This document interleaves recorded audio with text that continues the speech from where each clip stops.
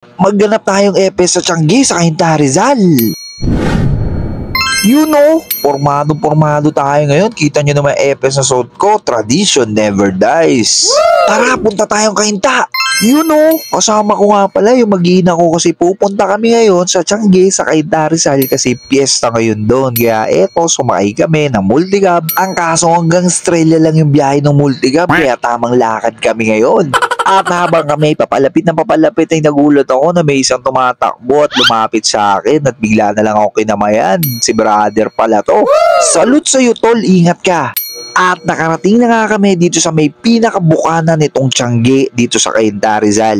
December 1 kasi ang kapistahan ng Cainta Rizal kaya meron sila ngayong Tiangge. At syempre kaya kami nandito para mamasyal at mag-enjoy at syempre yung isa ko pang misyon ang tumingin kung meron pa nga bang mga epes na itinitinda sa ganitong mga Tiangge. At kung lantaran pa nga ba itong ginagawa. Pero teka lang, mukhang nauwaw na yung mag-iina ko kasi kanina pa nga naman kami naglalakad. So habang umiinom ng palamig itong sila mahal ay dire-diretso lang kami sa paglalakad at tamang tingin lang sa mga tinitinda dito sa Tiangge sa Cainta Rizal.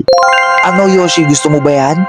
At kami ay pumunta sa may baryo kung saan nandun yung mga dinisenyohang mga bahay pero habang kami naglalakad nakita ko si Tolmoy. Uy Tolmoy, salute sa'yo. Ingat ka dyan brother. At nandito na nga kami sa may baryo kung saan dito nakapwesto yung mga dinisenyo ang mga bahay.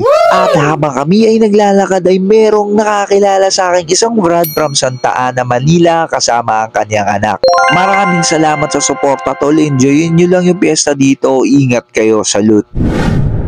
At eto na nga yung mga banderita senyales na nandito na kami sa loob ng baryo kung saan dito nakapwesto ang mga nagagandahan at dinisenyo ang mga bahay para sa sumbing tik. Wow! Siyempre tamang pa-picture yung mag-iina ko. O pumusta kayo dyan mahal ha? Napakaganda talaga ng lugar nito kapag December 1. At nakakita na naman ng kakainin yung mga bata kaya tamang pabili na naman sila sa mama nila. Mahal, ibili mo na yan kaysa magwala yung mga yan. Sige ka. So tamang lakad na naman kami nila mahal. Kitang-kita nyo naman napakadami pa ring tao. Mag-aalas 8 na yata nitong mga oras na ito. At bumalik na nga kami sa labas kung saan nakapwesto yung Tiangge para tumingin-tingin pa rin kung may mga epes nga bang itinitinda dito. Tamang window shopping lang, tingin dito, tingin doon pero wala pa rin kami nakikita. At halos nakarating na rin kami sa bukanan nitong Tiangge kaya nagdesisyon na kami umuwi at sumakay na kami ng jeep. Medyo napagod na talaga kami kaya sumakay na kami, hindi na namin kaya maglakad. So yun mga tol, brad and sis, nandito na kami sa bahay. Nakakapagod, sobra, literal na nakakapagod.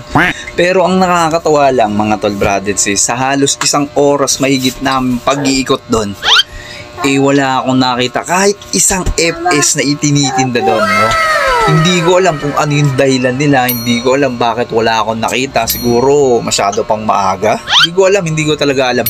Kasi nung mga nagdaang-daang taon, kapag pumunta kami dyan sa may Cainta, yung mga Tiangge na yan, lantaran talaga yung pagbebenta nila ng epes. Pero ngayon kahit isa wala akong nakita. Kahit yung mga singsing, no? Hindi ko na lang siya na-i-video pero habang nag-iikot kami, wala talaga akong nakita.